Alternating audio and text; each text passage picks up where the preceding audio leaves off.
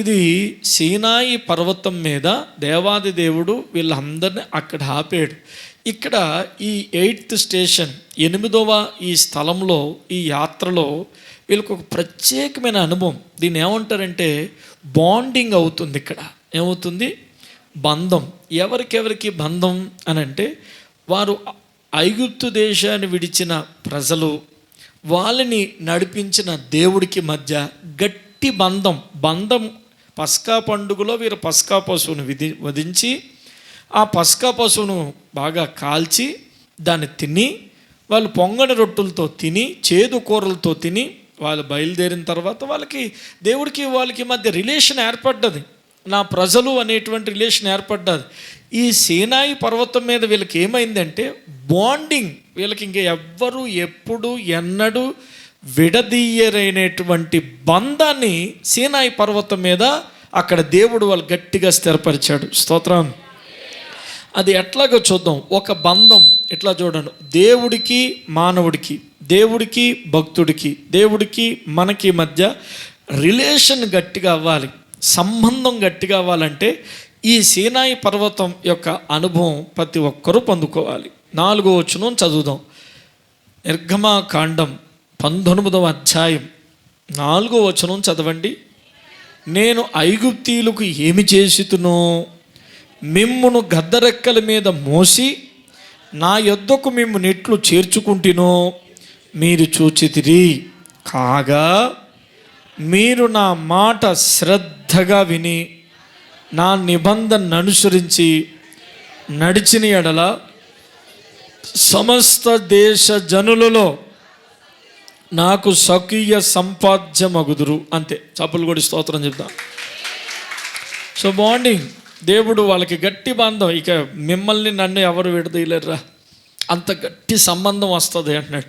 ఎట్లా అవుతుంది అంటే, మీరు సమస్త దేశ జనుల్లో, దేశంలో ఎంతమంది ఉన్నా సరే నేను నీ తండ్రిని అవుతాను, మీరు నాకు స్వకీయ సంపాద్యం. అంటే నేనుగా మిమ్మల్ని సంపాదించుకున్నాను కానీ ఎవరో సంపాదించింది అది కాదు. స్తోత్రం చెప్దాం. మీరు నాకేమవుతారు? స్వకీయ సంపాద్యం అని అంటున్నాడు దేవుడు. మీరు నాకు స్వకీయ సంపాద్యం అవుతారు. ఎప్పుడవుతారంటే, మీరు నా మాట శ్రద్ధగా విని నా నిబంధనను అనుసరించి నడుచిన ఎడలా, నా ఆజ్ఞలు కట్టడలు మీరు గైకుంటే ఆ ఆజ్ఞలు కట్టడలే మీరు నా ప్రజలని, నేను మీ దేవుడినని, దానికి అదే గుర్తు. దేవుడికి నాకు మధ్య ఉన్న రిలేషన్ ఇట్లా చూడండి. నేను దేవుని బిడ్డని, యేసయ్య నా దేవుడు అని చెప్పు. సొక్కా మీద రాసుకోక్కర్లేదు, బ్యాగుల మీద రాసుకోక్కర్లేదు. దానికి గుర్తు ఏదంటే, నేను దేవుని యొక్క నిబంధన, ఆ నిబంధనలో దాగి ఉన్న ఆజ్ఞలు పాటిస్తే ఆయన నా దేవుడు, నేను ఆయన బిడ్డనను గుర్తు. నువ్వు ఎన్ని పేర్లు రాసుకున్నా, ఎన్ని పేరు పెట్టి శామేల్, యాకోబు, యోసేపు, మేరీ, లేకపోతే రూతు, ఎన్నో పేర్లు పెట్టుకున్నా ఆజ్ఞలు కట్టడలు నువ్వు పాటించకపోతే నీకు ఆయనకి మధ్య ఉన్న రిలేషన్ అనేది కరెక్ట్గా లేదు. చెప్పరే గట్టిగా హల్లెలూయా. మీరు చెప్పండి, మీరు ఎవరు? దేవుని ప్రజల కారా? చెప్పుకొచ్చున్నారా అందరూ? మీరు ఎవరు? దేవుని ప్రజల కారా? మీకు ఏం కావాలి? జ్యోతి, నీకేం కావాలి? నీకు ఏం కావాలి? నేను కొన్ని ఆప్షన్లు ఇస్తున్నాను, కోరుకో. కేజీ బంగారం కావాలా? బుల్లెట్ కావాలా? ఇల్లు కావాలా? కారు కావాలా? యేసు కావాలా?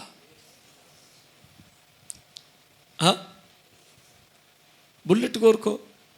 మీ ఆయన గారికి స్వస్థత కావాలా? ఆ యేసు తర్వాత చూద్దాం సార్, ముందు మా ఆయన మంచిగా చేసి మేము పోతాం అంటావా? యేసు నీకుంటే అన్నీ నీ అంటే. చెప్పండి ఈ మాట. యెహోవా నా కాపరి, కృపాక్షేమములు నా వెంట వస్తాయి. నేను దేవుడు వెంట నేను వెళితే ఇవన్నీ ఎవరు వెంట వస్తాయి? నా వెంట వస్తాయి. నేను వాటి వెంట పడక్కర్లేదు. చాలామందికి ఈ రోజుల్లో ఏదోటి చేసి వెళ్ళిపోతాం. ఏదో జరిగించి మేము పోతాం. మరి దేవుడు వద్దా? మా కులం వాళ్ళు ఒప్పుకోదు సార్, మా ఆయన ఒప్పుకోడు సార్, మా అత్తమ్మ ఒప్పుకోదు సార్. ఎవరమ్మా నీకు మంచి చేసింది? ఈ దేవుడే కదా నీకు మంచి చేసింది. ఈ దేవుడు మంచి చేసినప్పుడు దేవుణ్ణి అలా వదిలిపెట్టకూడదు. మన కష్టం వచ్చినప్పుడు దేవుడు అంటున్నాం, మంచిగా ఉన్నప్పుడు ఏమంటున్నాం? మా కులము సార్, మా వాళ్ళు ఒప్పుకోవట్లేదు సార్ అని అంటున్నాం. ఒకసారి దేవుడి దగ్గరికి వచ్చావు, చావో బతుకో, దేవుని విడిచిపెట్టకూడదు. స్తోత్రం. చావో బతుకో, అయినా తండ్రి నాయన చావో బతుకో, నువ్వే నాకు సర్వం అని మనుషులు పై రూపమును చూస్తారు. దేవుడు ఏం చూస్తాడు తెలుసా? నీ హృదయం ఎలా ఉందో చూస్తాడు. నీ హృదయాన్ని బట్టే నీకు మంచి కలుగుతుంది. పాస్టర్ గారు వచ్చి ఇలా చెయ్యి ఆడించడం, లేకపోతే ఇంకోటి చేస్తే ఏదోటి అయిపోతుంది అనేటువంటి విషయంలో ఇక్కడ మాత్రం అలా జరగవు. దేవుని అడుగుతున్నాను నేను, అలాంటి పరిస్థితులు వద్దు. ముందు మనిషి మారాలి, ముందు ఆ మనిషి నీకు సొంతం అవ్వాలి. అప్పుడు నువ్వు ఘనమైన కార్యాలు చెయ్యి. హల్లెలూయా, హల్లెలూయా. సో దేవాది దేవుడు అంటున్నాడు, మీరు నాకెవరు? స్వకీయ సంపాద్యం. నేను మీ దేవుడై ఉన్నానన్న గుర్తు ఏమిటంటే మీకు నాకు మధ్య ఉన్న నిబంధన. స్తోత్రం. నువ్వు ఎవరివి? యేసయ్య బిడ్డవి అనడానికి గుర్తేమిటి? నా పేరు మేరీ అండి, నా పేరు శామ్యూల్ అండి, నా పేరు ఏమనుకుంటున్నారు? ఎలిజబెత్ అండి. నో బిడ్డ, పేర్లు పక్కన పెట్టు. మా ఇంటి పేరు, మా తాత ఎవరో తెలుసా? గొప్ప రెవరెండ్. మా తాత గొప్ప రెవరెండ్. మేము ఎవరో తెలుసా? చిన్నప్పటి నుంచి గొప్ప భజన చేసి, అవన్నీ పక్కన పెట్టు. నీకు దేవుడికి మధ్య నిబంధన ఏది? ఈ ఆజ్ఞలు కట్టడలు నువ్వు పాటిస్తే నువ్వు దేవుని బిడ్డవి, లేకపోతే దేవుడికి నీకు ఎటువంటి సంబంధము? సీనాయి పర్వతం యొక్క అనుభవం వాళ్ళకి ఏం నేర్పించిందంటే, నేను దేవుణ్ణి వాణ్ణి, దేవుడు నా సొంతం అని గట్టిగా అవడానికి వాళ్ళ మధ్యలో 10 ఆజ్ఞలు దేవుడిచ్చాడు. దేవుడికి గట్టిగా స్తోత్రం చెప్దాం. ఈ సీనాయి పర్వతం యొక్క అనుభవం వీళ్ళకి 10 ఆజ్ఞలు ఎవరిచ్చారు? 10 ఆజ్ఞలు ఎవరిచ్చారు? అయ్యా నీకు రెఫీదీములో చెప్పాను, నీకు రెఫీదీం యొక్క అనుభవంలో మోషే మాకు నీళ్ళి, మోషే మాకు అన్నం పెట్టు అంటున్నారు. వీళ్ళందరూ మోషే అంటున్నారని దేవాది దేవుడు ఈ యొక్క 8వ యాత్రా స్థలంలో సీనాయి పర్వతం మీద మోషే కాదు నన్ను చూడండి అని యావత్తు ఇశ్రాయేలు సంఘానికి దేవుడు తన్ను తాను కనపరుచుకున్నాడు, తన స్వరాన్ని వినిపించాడు. దేవుడు అనేవాడు సిలువు కాదు, సిలువుకు దండం పెట్టి వెళ్ళిపోయే పరిస్థితి కాదు. దేవుడు అనేవాడు గుట్ట కాదు, దేవుడు అనేవాడు కొండ కాదు. దేవుడంటే పావురం కాదు, దేవుడంటే పావురం కాదు. చాలామంది పావురం అంటే పరిశుద్ధాత్మ అనుకుంటారు. పావురం పరిశుద్ధాత్మ ఏమిటి? పాము సైతాన్ ఏమిటి? పావురం రూపంలో పరిశుద్ధాత్మ వచ్చాడు, పాము రూపంలో సైతాన్ వచ్చాడు, అంతే. పావురం పరిశుద్ధాత్మ ఎలా అవుతుంది? పావురం రూపంలో పరిశుద్ధాత్మ వచ్చాడు. గొర్రెపిల్ల యేసు ప్రభు కాదు, గొర్రెపిల్లతో పోల్చబడ్డాడు యేసు ప్రభు. అవన్నీ పోలికలు, అవన్నీ దేవుడు వాడుకునే పాత్రలు. పావురాన్ని వాడుకున్నాడు, గాడిదను వాడుకున్నాడు, కొన్ని రకాల మనుషులను వాడుకున్నాడు, చెట్టులను వాడుకున్నాడు, అవన్నీ వాడుకున్నాడు. దేవునికి స్తోత్రం. ఇప్పుడు అవి దేవుళ్ళు కాదు, మనం ఆరాధించవలసిన పరిస్థితి ఏమీ లేదు. మోషే కాదు నన్ను చూడండి, మోసే స్వరము కాదు నన్ను చూడండి అంటూ దేవాది దేవుడు వాళ్ళకి ఏమన్నాడంటే 10వ వచనం చదవండి. నిర్గమాకాండం 19వ అధ్యాయం 10వ వచనం. యెహోవా మోషేతో, నీవు ప్రజల యొద్దకు వెళ్ళి నేడును రేపును వారిని పరిశుద్ధపరచుము, వారు తమ బట్టలు ఉదుకుకొని 3వ నాటికి సిద్ధముగా ఉండవలెను. 3వ నాడు యెహోవా ప్రజలందరి కన్నుల ఎదుట సీనాయి పర్వతం మీదకి దిగి వచ్చెను. దేవునికి స్తోత్రం. గట్టిగా చెప్పరే హల్లెలూయా. అర్థమవుతుందా వాక్యం మీకు? ఈ సీనాయి పర్వతం మీద దేవుడు గట్టిగా చెప్పాడు, వీళ్ళందరూ నన్ను చూడాలి, వీళ్ళందరూ నేనెవరో చూడాలి, నా స్వరం ఏమిటో వీళ్ళు చూస్తే వీళ్ళు కుడికి ఎడమకి త్రొట్టిల్లరు. ఒక విశ్వాసి ఎప్పుడు తొట్టిల్లుతాడు తెలుసా? దేవుణ్ణి ఎరుగినప్పుడు. ఒక విశ్వాసి ఎప్పుడు వెనక్కడుగు వేస్తాడు తెలుసా? దేవుణ్ణి చూడనప్పుడు. మనం గట్టిగా ఎప్పుడు ఉంటామంటే దేవుని స్వరం చెవులతో వింటే, నా దేవుడు సజీవుడు, ఆయన స్వరం నేను విన్నానుగా, నా దేవుడు ఉన్నవాడు అనువాడు, ఆయన నేను చూశానుగా అనేటువంటి గట్టి ఆలోచనలో మనం ఉంటాం. వరదలు రాని, వానలు రాని, జలప్రవాహములు మన మీదకి పొర్లు రాని, మన విశ్వాసం గట్టిగా ఉంటుంది. ఎప్పుడు మనము దేవుణ్ణి చూసినప్పుడు, మనము దేవుని స్వరాన్ని విన్నప్పుడు. చాలామందికి అనుభవం ఉండదు. ఆదివారం వస్తారు పోతారు, ఏదో చప్పట్లు కొడతారు, 4 మాటలు చెప్తారు. ఇక పెద్దరికాలు గొప్పలు. నేటి సంఘాలు ఏమైపోయినట్టే నేను పెద్ద, నేను గొప్ప, నాది పెద్ద, నాది గొప్ప, నా ఫ్యామిలీ, నా కొడుకు, నా కూతురు, ఇదే నడిచింది. దేవునికి స్తోత్రం. అవన్నీ ఎందుకు చెప్పు, పెద్దరికాలు ఎందుకు చెప్పు, మనకి ఘనతలు ఎందుకు చెప్పు. ఏదో కష్టంతో ప్రభు మందిరానికి వస్తున్నాం, ఏడుస్తున్నాం, కష్టాలు తీర్చే దేవుడు ఉన్నాడు. మన కష్టాలు తీర్చాడు కనుక జీవితాంతం రుణపడి ఆయన మార్గంలో నడుస్తాం, చాలు, అంతే. Praise the lord. ఇక అధికారాలు, ఘనతలు, గొడవలు, కొట్లాట్లు, ప్రెసిడెంట్లు, సెక్రటరీలు, ఇవన్నీ మన పరిచయంలో ఎప్పటికీ ఉండకపోవునుగాక. హల్లెలూయా. కాబట్టి నువ్వు ఎప్పుడు స్థిరపడతావు? దేవుణ్ణి చూచినప్పుడు, దేవుని స్వరం. మీరు గమనించండి, ఇక్కడ నేను సూటిగా మీతో ఒక ప్రశ్న వేస్తున్నాను. మీరు దేవుణ్ణి చూశారా? రెండో ప్రశ్న, మీకు దేవుని స్వరం వినబడ్డాదా? ఈ రెండాంటికి నువ్వు ఎస్ ఎస్ అనే టిక్ ఆన్సర్ పెడితే, ఇగో నీ పట్ల దైవ సంకల్పం. చాలామందికి దైవ సంకల్పం అంటే ఏమిటో తెలియదు. నువ్వు ఈ రోజున ఇలా ఉన్నావనంటే దానికి కారణం నీ ప్రయాసో, నీ తెలివో కాదు. ఇక్కడ కూర్చున్నావంటే నువ్వు పుట్టకముందే దేవుడు నీ చరిత్ర అంతా గీత గీస్తాడు. నువ్వు ఇక్కడి నుంచి ఇక్కడికి రావాలి, ఇక్కడి నుంచి ఇక్కడ నేర్చుకోవాలి, ఇక్కడి నుంచి ఇక్కడ నువ్వు కూర్చోవాలి, ఈ అనుభవంలోకి నువ్వు రావాలని నువ్వు పుట్టకముందే గీతలు గీస్తాడు. నువ్వేం తొందరపడకు. అగస్టిన్ పాస్టర్ గారు నడిపించేసాడు, ఎవరో నడిపించేశారని చెప్పేసి ఏం తొందరపడకు. నీవు ఎక్కడికి వెళ్ళాలో అంతా దేవుడు ప్రీ ప్లాన్డ్. ఇదంతా దేవుడు ఆల్రెడీ ప్లాన్డ్ కలిగి నేను ఎక్కడ ఉంచాలో అక్కడ ఉంచుతున్నాడు, ఎక్కడ వంచాలో అక్కడ వంచుతున్నాడు. స్తోత్రం చెప్పరే. సో గమనించండి, ఈ 2 క్వశ్చన్లకి నువ్వు ఖచ్చితంగా యాజ్ ఎ క్రిస్టియన్, నువ్వు ఒక క్రైస్తవుడుగా, క్రైస్తవురాలుగా ఈ క్వశ్చన్స్కి నువ్వు ఆన్సర్ చెప్పాలి. ఏమిటంటే, దేవుని స్వరం విన్నావా? Number 1 question. రెండోది, దేవుణ్ణి చూసావా? చాలామంది ఏమంటారంటే, ఇదేమి దేవుణ్ణి చూస్తే ఎవరైనా బతుకుతారా? బైబిల్లో ఉంది, నన్ను చూసువాడు చనిపోవును, నన్ను చూసేవాడు చనిపోవు. నిజంగా దేవుని చూస్తే మనం బతుకుతామా అంటున్నాడు. ఇప్పుడు దేవుడి యొక్క మహా తేజస్సు కాదు మనం చూడవలసింది, కృప కలిగిన దేవుడు ఖచ్చితంగా కనబడతాడు. ఎందుకో తెలుసా? సౌలా అని కనబడిన దేవుడెవరు? వినబడిన దేవుడెవరు? ఆ తర్వాత సౌలు బహుబాధల్లో ఉండే దేవుడు అక్కడే పక్కనే నిలబడి, నా కృప నీకు చాలును, ఈ ప్రాంతంలో నాకు అనేక మంది ఉన్నారని చెప్పి బలపరిచిన దేవుడు లేడా? మరికొంతమంది అంటారు, అపోస్తుల ఆది సంఘముతో ఆ ప్రత్యక్షతలు, అద్భుతాలు ఆగిపోయినాయి, ఇప్పుడు లేవు అని అంటున్నారు.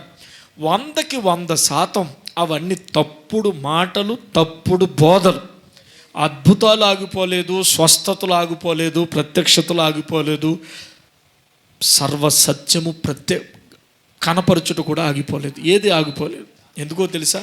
అప్పుడున్న దేవుడు ఎలా ఉన్నాడో ఇప్పుడున్న దేవుడు కూడా అలాగే ఉన్నాడు. నేను మారాలి, నేను వెతకాలి. వెళ్ళి పాలెంలోకి వెళ్ళి నేను ఏదైనా పాత్రనో సంచునో తీసుకుని నా కోసం సిద్ధపాటు చేసిన ఆ యొక్క సిద్ధపాటుని ఏరుకుని నా సంచుల్లో నింపుకుని నా గుడారానికి తీసుకురావాల్సిన బాధ్యత నాది. నాకు బద్ధకంతో కూర్చుని ఇంట్లోనే కూర్చుంటా దేవుడు అంటే నువ్వెప్పుడు అలాగే ఉంటావు. స్తోత్రం.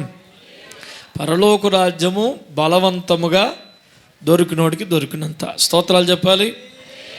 ఈరోజు, రేపు 2 రోజులు ఏమ్మా ఇంకా ఉంది చూడు, ఈరోజు, రేపు ఇంకా 2 రోజులు మిమ్మల్ని మీరు బట్టలు దుక్కుని సిద్ధపాటు చేసుకోండి.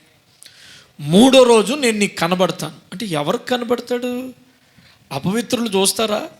ఈ రోజుల్లో దొంగ సాక్ష్యాలు ఉంటాయి, దొంగ దర్శనాలు ఉంటాయి, దొంగ ప్రవచనాలు ఉంటాయి, దొంగ మాటలు ఉంటాయి. ఇలా బతుకు సరిగ్గా ఉండదు, కానీ దేవుడు వచ్చేసాడండి, రాత్రి నా కళ్ళలోకి వచ్చేసాడండి అంటారు. వీళ్ళకి మాటలు చక్కగా ఉండవు, చేష్టలు చక్కగా ఉండవు, బ్రతుకు చక్కగా ఉండవు, కానీ వీళ్ళకి దేవుడు కనబడిపోయాడండి, దేవుడు స్వరం ఇచ్చేసిందండి అంటారు. నీకు నీ బ్రతుకును బట్టే దేవుడు నీకు ప్రత్యక్షమవుతాడు. హల్లు చెప్దా హల్లెలూయా. అన్ని అనుభవాలు 7 అనుభవాలు పొందుకుని ఇజ్రాయేల్ ప్రజలకు ఏమంటున్నారు? నన్ను చూడాలన్నా, నా స్వరం వినాలన్నా నీ బట్టలు ఉతుక్కో, నీలో ఉన్న అపవిత్రత గడుకో, దానికోసం ఆలోచించవే. చాలామంది దానికోసం నేను కడుక్కోవాలి, నేను కడగబడాలి, నేను శుద్ధీకరం కావాలి. దావీదు ఏమన్నాడు తెలుసా? హిమము అంత తెల్ల, అంత స్వచ్ఛంగా నన్ను మార్చుతాడు. నాకు ఏ మురికి అంటద్దు, నాకు ఏ మురికి అంటద్దు. మనిషి పెద్దవాడుగా ఉండొద్దు, దేవుడి దగ్గర చిన్న పిల్లవాడిగా ఉండు. కల్లా కపటం ఎరుగునటువంటి, అందరితో కలిసిపోయేటువంటి, తగ్గించుకునేటువంటి, ప్రేమించుకునేటువంటి, అందరినీ ప్రేమించి అలాగుండు. నీ బట్టలు ఉతుక్కోవే. దేవునికి స్తోత్రం. చెప్పరే గట్టిగా హల్లెలూయా. దేవుడు ఏమంటున్నాడు? నేను నీకు కనబడతాను, నా స్వరం నీకు.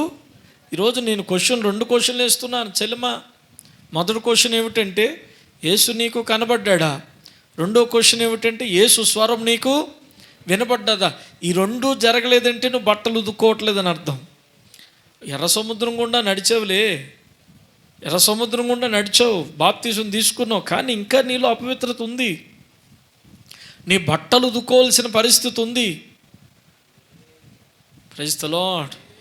ఈ బట్టలకున్న మురికిని కడుక్కోవాలి, ఏం మరకలు ఉన్నాయో చూసుకోవాలి, ఎక్కడ సరి చేసుకోవాలో చేసుకోవాలి, ఎక్కడ నన్ను నేను కడుక్కోవాలి. నీ బట్టలు ఉదుకో, అప్పుడు నేను నీకు కనుపరుస్తాను, నా స్వరం నీవు వింటావు అన్నాడు. అప్పుడు దేవుడు చెప్పిన మాట ప్రకారం వీళ్ళకి ఆశ.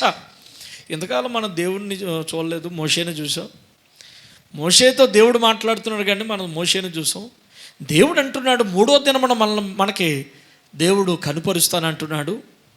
మనల్ని ఏం చేయమంటున్నాడు దేవుడు? బట్టలు ఉతుక్కోమంటున్నాడు కదా, అంటే మనల్ని మనం శుద్ధీకరించుకోమంటున్నాడు కదా. మన దేవుని చూడడానికి, దేవుని స్వరం వినడానికి మనల్ని మనం శుద్ధీకరించుకుందామని పాలెములో ఉన్న వాళ్ళందరూ శుద్ధులయ్యారండి. రేపు ఎల్లుండే ఆదివారం రోజు ప్రభు స్వరం నీకు వినబడచ్చు. సండే రోజు యెహోవా మహిమ నువ్వు చూడొచ్చు. మందిరంలో తేజోమహిమ, యాజకులు సహితము నిలవబడలేని ప్రసన్నత మహిమ దేవుడు కుమ్మరించవచ్చు. ఈ 2 రోజులు ఇంకా మీరు కడగబడండి. ఇంకా మీలో ఏం లోపాలు ఉన్నాయి, ఇది ఏదో హడావిడి చేయకండి, కంగారు పడకండి. మెల్లగా కట్టుకోవాలి జీవితాన్ని, మెల్లమెల్లగా ఇంపైన సువాసనగా దేవుని కట్టుబడుకోవాలి. దేవునికి ఇష్టమైన పాత్రగా, ప్రీతికరంగా నువ్వు మార్చబడాలి. ఈ 40 రోజులతో అయిపోదు. హల్లెలూయా. ప్రారంభం అవుతుంది యాత్ర. ఈ 40 రోజుల తర్వాత అమ్మయ్య 40 రోజులు అయిపోయింది, మనం 40 రోజులు ఎవరు నోవాహు ఓడలో ఉండి బయటకు వచ్చిన తర్వాత శవాల మీద వాలినట్టు 40 రోజులు అయిన తర్వాత మనం ఇష్టం ఉపవాసం ఉన్నప్పుడు మంచిగా ఉంటాం, ఉపవాసం అయిన తర్వాతే సైతానుడు శోధిస్తాడు. అలాగే వాళ్ళు యెహోవా సీనాయి పర్వతం మీదకి దిగి రాగా, 20వ వచనం చదవండి, 19 నుంచి చదవండి. 19వ అధ్యాయం 19 నుంచి. ఆ బోరధ్వని అంతకంతకు బిగ్గరగా మ్రోగెను. మోషే మాటలాడుచుండగా దేవుడు కంఠస్వరము చేత అతనికి ఉత్తరమిచ్చుచుండెను. యెహోవా సీనాయి పర్వతం మీదకి, అనగా పర్వత శిఖరం మీదకి దిగి వచ్చెను. హల్లెలూయా. ఇలాగా దేవాది దేవుడు సీనాయి పర్వతం మీద దిగి రావడం దేవుణ్ణి చూస్తున్నారు. అలాగే దేవుని స్వరము కూడా వింటున్నారు. ప్రజలందరూ కూడా అక్కడ దేవుని చూశారు, దైవ స్వరాన్ని విన్నారు. దేవుణ్ణి చూశారు, దైవ స్వరాన్ని విన్నారు. విన్న తర్వాత సీనాయి పర్వతం యొక్క అనుభవం వాళ్ళకి ఏం నేర్పుతుందంటే, వాళ్ళకి 10 ఆజ్ఞలు ఇచ్చాడండి. 2 చేతుల పైకి హల్లెలూయా చెప్పాలి, గట్టిగా స్తోత్రం చెప్దాం. హల్లెలూయా. సీనాయి పర్వతం మీద దేవుడు ఏం చేసినాడు? 10 ఆజ్ఞలు ఇచ్చాడు. ఈ ఆజ్ఞలే ఆయన నాకు దేవుడు, నేను ఆయనకి ప్రజని అని చెప్పుకోవడానికి గుర్తుగా ఉన్నాయి. మీరు నన్ను ఒక క్వశ్చన్ అడగచ్చు, ఏమిటంటే పాస్టర్ గారు ఆ 10 ఆజ్ఞలు ఓల్డ్ టెస్టమెంట్ కదా, మనకి న్యూ టెస్టమెంట్కి ఏం ఉపయోగం అని అనొచ్చు. మళ్ళా వినండి, పాత నిబంధన ప్రతి విషయము కూడా అది ఛాయ, కొత్త నిబంధన అవన్నీ కూడా నెరవేర్పు, అంతే. క్రీస్తులో నెరవేర్పు. స్తోత్రం. మనకి పాత నిబంధనలో 10 ఆజ్ఞలు ఉన్నాయి, కొత్త నిబంధనలో మనకు కూడా దేవుడు ఆజ్ఞలు ఇచ్చాడు. ఎన్ని ఇచ్చాడు? నీ దేవుడైన యెహోవాను ప్రేమించాలి. ఓకే, రెండవ ఆజ్ఞ ఏమిటి? నిన్ను వలె నీ పొరుగువారిని, దేవుని ప్రేమించాలి, నైబర్ని ప్రేమించాలి. దేవుడు నైబర్, దేవుడు పొరుగువాడు. సో కొత్త నిబంధనలో 2 ఆజ్ఞల్లో 2 అంశాలు ఉన్నాయి. ఏమిటి? దేవుడు, పొరుగువాడు. పాత నిబంధనలో 10 ఆజ్ఞలు ఇచ్చాడు కదా, ఈ 10 ఆజ్ఞలు కూడా ఉన్నది 2 అంశాలే.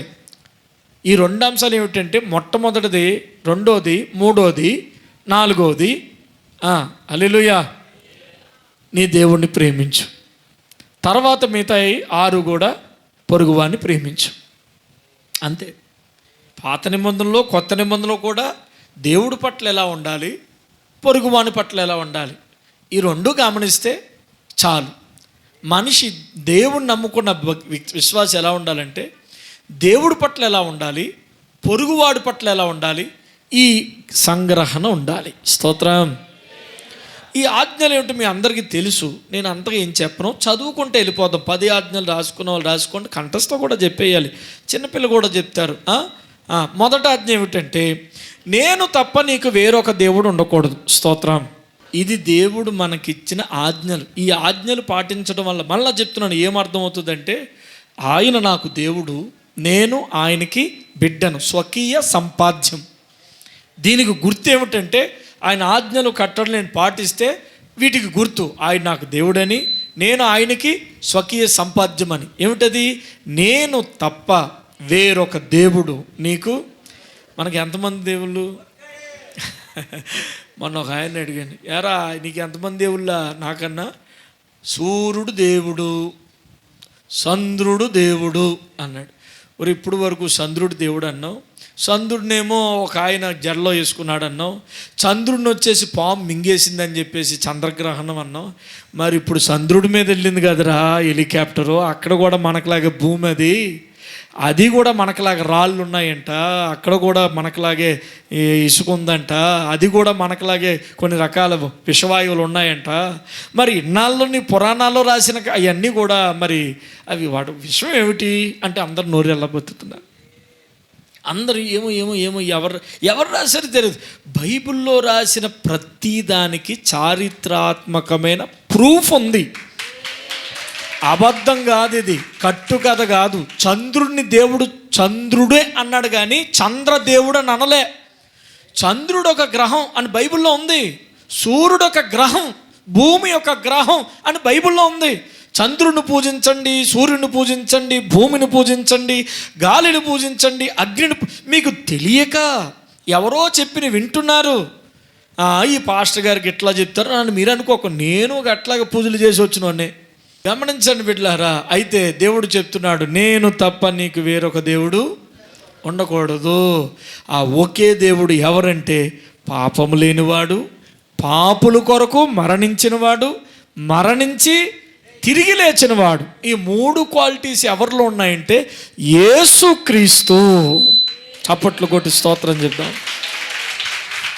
యేసయ్యే పాపము లేనివాడు, పెండ్లి చేసుకోలేదు, ఏ విధమైన పాపము ఆయన కోసం 3 స్టేట్మెంట్ మీకు చెప్పాను. పాపం చేయలేదు, పాపం ఆయన యందు లేదు, పాపం అంటే ఏమిటో ఆయనకి తెలియదు. ఓకే, ఆయన మాత్రమే దేవుడు. ఇంకా నువ్వు ఎవరిని కూడా నమస్కారం చేయడం కానీ, లేకపోతే ఇక్కడో దేవుడు కానీ, ఇంట్లో దేవుడు, బజార్లో దేవుడు కానీ అలాంటి ఏం పెట్టుకోకుండా వస్తే తిన్నగా రావాలి.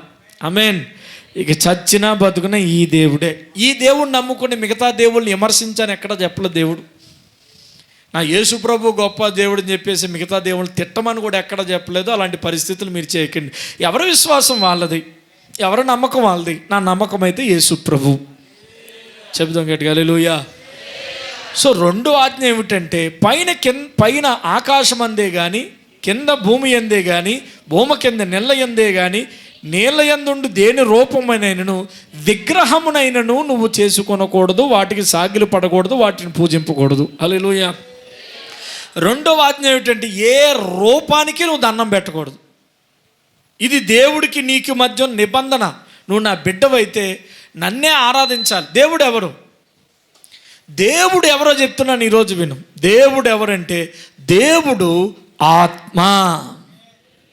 దేవుడు ఆత్మ గనుక ఆయన ఆరాధించేవారు ఆత్మతో ఆయన ఆరాధించేవారు ఆత్మతో సత్యముతో. కనుక దేవుడు ఆత్మ అంతే. నాకు నచ్చినట్టు నేను ఒక రూపాన్ని చేసేసుకోవడం. నాకు తమ్ముడు అంటాడు, అన్న దేవుడు కనబడాలంటే ప్రజలందరికీ ఇక్కడ ఒక యేసుప్రభు విగ్రహం పెడేద్దాం అన్నాడు. ఎక్కడ? యేసుప్రభు ఒక విగ్రహం పెడదాం, ఆ పక్కన మరియమ్మ తల్లి విగ్రహం పెడదాం, ఆ పక్కన యోసేపు విగ్రహం కూడా పెడదాం, పనిలో పని అయిపోతుంది. ఈ పక్కన పెద్ద సిలువ పెడదాం, సిలువుకి దండం పెట్టుకున్న వాళ్ళు సిలువు పెట్టుకుంటారు, విగ్రహాలకు దండం పెట్టుకున్న వాళ్ళు అక్కడ బయటేమో కొబ్బరికాయల మార్కెట్ పెడదాం, అగరబత్తులు మార్కెట్ పెడదాం, క్యాండిల్ మార్కెట్ పెడదాం. వెలిగించే వాళ్ళు వెలిగిస్తారు, సిలువకు కొవ్వొత్తులు వెలిగించడం ఏంటంటే మన పిచ్చి కాకపోతేనే, మన బుద్ధి లేని కాకపోతే సిలువకు కొవ్వొత్తులు వెలిగించడం అదొక విగ్రహారాధన కాదా?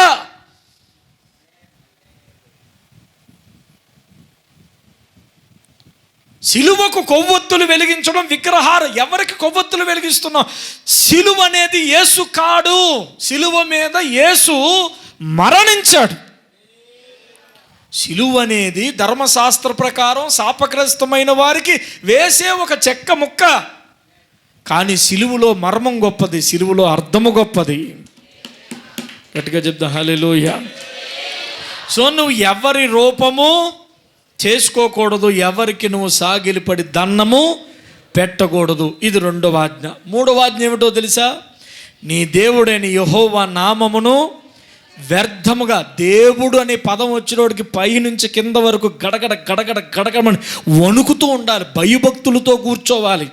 దేవుని సన్నిధిలో కూర్చోవడం కూడా మంచిగా రావాలి. నారాయణగేడు ఒక ప్రాంతం వెళ్ళాను నేను. నారాయణగేడు వెళ్ళి వాక్యం చెప్పడానికి వెళ్ళాను. 10:30 వరకు పాటలు పాడుతూనే ఉన్నారు. గుట్టుగుడు చితక్కొడేశారు, ఏదో డోలక్. 10:30కి పాటర్ గారు సామి మెచ్చి, మన జహీరాబాద్ నుంచి అగస్టిన్ పాస్టర్ గారు వచ్చారు, మనకు ఇప్పుడు 10 నిమిషాలు వాక్యం చెప్తారు అంటున్నాడు. అసలే మనం మైకి పెట్టుకుంటే వదలం. అలాంటిది నాకు ఎన్ని నిమిషాలు ఇచ్చిండు? సరే ఆ 10 నిమిషాలు ఏదో చెప్దామని కూర్చుంటే అప్పటి వరకు పాటలు పాడిన పిల్లలందరూ వెళ్ళిపోయారు. పళ్ళు ఊడిపోయిన ముసలమ్మలు కూర్చుని కాళ్ళు 2 నా వైపు చాపేసి, ఒక ముసలావు అయితే వెనకాల 2 చెప్పి కొడుకు ఆమెను చూస్తే చెప్పబుద్ధి తెలియదు కూడా. పూర కాళ్ళు నా 2. అంటే మందిరములో కూర్చునేటప్పుడు కూడా జాగ్రత్త. హల్లెలూయా. దైవజనుడి దగ్గర ఇప్పుడు వాక్యం నీ దగ్గరకు వస్తుంది, నువ్వు రిసీవ్ చేసుకోవడానికి రెడీగా ఉండాలి. ఎలా ఉండాలి తెలుసా? ఎండిన నేల వర్షము కొరకు చూస్తున్న, ఎండిపోయిన నేల నెరవిడిసి వర్షం కొరకు ఎలా ఎదురు చూస్తున్నా అలా వాక్యం కొరకు ఎదురు చూడాలి తప్ప నీ దేవుడైన యెహోవా నామమును వ్యర్థముగా ఉచ్చరించకూడదు. 4వ ఆజ్ఞ ఏమిటంటి? విశ్రాంతి దినం. నువ్వు ఒక క్రైస్తవుడివి, నీకు దేవుడు యేసు దేవుడు అని గుర్తేమిటో తెలుసా? ఆదివారం రోజు ఏ క్రైస్తవుడైనా ఖచ్చితంగా చర్చిలో కూర్చుంటాడు. చాపట్లు కొట్టి స్తోత్రం చెప్తాను. ఇలాగ ఆదివారం రోజు చర్చికి వెళ్తున్నాడు అని అంటే సిగ్నల్ లేదా సైన్ సిగ్నిఫికెన్స్ ఏమిటనంటే ఇతడు క్రైస్తవుడు, ఇతడు దేవుడు. ఎందుకనగా వీళ్ళు క్రైస్తవులు ఆదివారం చర్చికి పోతారంతే. మనకి ఆ పాత చర్చి గిలవ చేస్తున్నారు, సురేష్ అన్నగా అప్పగించాను. ఒక ముస్లిం సోదరుడికి పని పెట్టాడు. 1:30 అయింది ఫ్రైడే. ఆ రోజు వేసేసాడు, మంచిగా మాలు ఆరేసేసాడు. ఆరేసిన తర్వాత చెక్క పెట్టాలి, చెక్క పెట్టలేదు. బద్ద అలా పక్కన పెడేసి చేతులు కడుక్కుని పోతున్నాడు. పక్కనే ఎలాగ పోతాడు తమ్ముడు అని చెప్పేసి నేనే కుర్చీ వేసుకుని కూర్చున్నాను. 1:30 అవుతుంది. తమ్మి ఆయనతో కంప్లీట్ చేసిపోతామ్మి, 1:30 అవుతుంది కదా అంటే సార్ ఈరోజు శుక్రవారం నవాజుకు పోయి వచ్చాక చేస్తాను. అరే ఏమైంది తమ్మి, 1 గంట చల్ సార్ నా మాట విని కూడా ఏం లేదు. నేను ఆ ముస్లిం సోదరుడిని మెచ్చుకుంటున్నాను నేను. స్తోత్రం. ఒక హిందూ సోదరుడు తన నమ్మిక దానికి టెంపుల్కి ఎంత ప్రాముఖ్యత ఇస్తున్నాడో ఆలోచించు. ముస్లిం సోదరుడు నమాజ్కి ఎంత ప్రాముఖ్యత ఇస్తున్నాడో ఆలోచించు. జీవం కలిగిన దేవుని పిల్లలారా, నీ దేవుడి మందిరానికి ఎంత ప్రాముఖ్యత ఇవ్వాలి. చిన్న కారణాలు చాటు నువ్వు చర్చి మానేయడానికి. మొన్న ఒక ఆమెను అడిగాను, ఏమిటంటే చర్చికి రాలేదమ్మా అని అడిగితే రాత్రి ఏదో దోమ కుట్టిందంట, ముక్కు కొంచెం నొప్పిగా ఉందంట, ఇక్కడ కుట్టిందంట. దేవునికి స్తోత్రం, హల్లెలూయా. దేవునికి స్తోత్రం, దేవునికి స్తోత్రం. ఇంకా ముక్కు ఊడిపోలేదు. దోమ కుట్టిందంట. ఏమమ్మా చర్చికి రాలేదు అంటే, అదన్నా చికెన్ వండుతూ టైం అయిపోయిందండి. ఏమమ్మా చర్చికి రాలేదు? పిల్లల్ని రెడీ చేసినప్పటికే టైం అయిపోయిందన్నా. ఏమమ్మా చర్చికి రాలేదు? మా పిల్లలు ఎంత అల్లరి చేస్తారో తెలిసి. ఏమమ్మా చర్చికి రాలేదు? చుట్టాలు వచ్చారన్నా. ఏమమ్మా చర్చికి రాలేదు? మా ఆయన మీద కోపం వచ్చిందన్నా. Silly reasons. నువ్వు చర్చి మానడానికి సిల్లీ రీజన్స్. నీవు నిజముగా దేవుడికి నీకు మధ్య రిలేషన్ ఏమిటో అర్థం ఏమిటంటే, ఒక క్రైస్తవుడు సండే రోజు బజార్లో ఉండడు, ఒక క్రైస్తవుడు సండే రోజు ఫంక్షన్లో ఉండడు, ఒక క్రైస్తవుడు సండే రోజు దోస్తుగాళ్ళతో తిరగడు, ఒక క్రైస్తవుడు సండే రోజు గొడవలు పెట్టుకున్నాడు, ఒక క్రైస్తవుడు సండే రోజు రాజకీయ పార్టీలకు వెళ్ళడు, ఒక క్రైస్తవుడు సండే రోజు ఫంక్షన్లోకి వెళ్ళడు, ఒక క్రైస్తవుడు సండే రోజు 100కి 100% జీవము కలిగిన దేవుడు మందిరానికి భయముతో వణుకుతో వస్తాడు. Are you Christian? నువ్వు క్రైస్తవుడువా కాదా ఎలా తెలుస్తుంది? పేరును బట్టి కాదు. సండే రోజున నీవు కుటుంబంతో మందిరము కూర్చున్నావంటే పైన ఆకాశం అందున్న దేవుడు అంటున్నాడు, ఇదిగో నా బిడ్డల వీళ్ళు నేను వీరి దానికి కారణం ఏమిటంటే వీరు నా మందిరానికి వస్తున్నారు. దేవునికి స్తోత్రం. దేవుడి మాటలు దీవించును గాక. Yeah.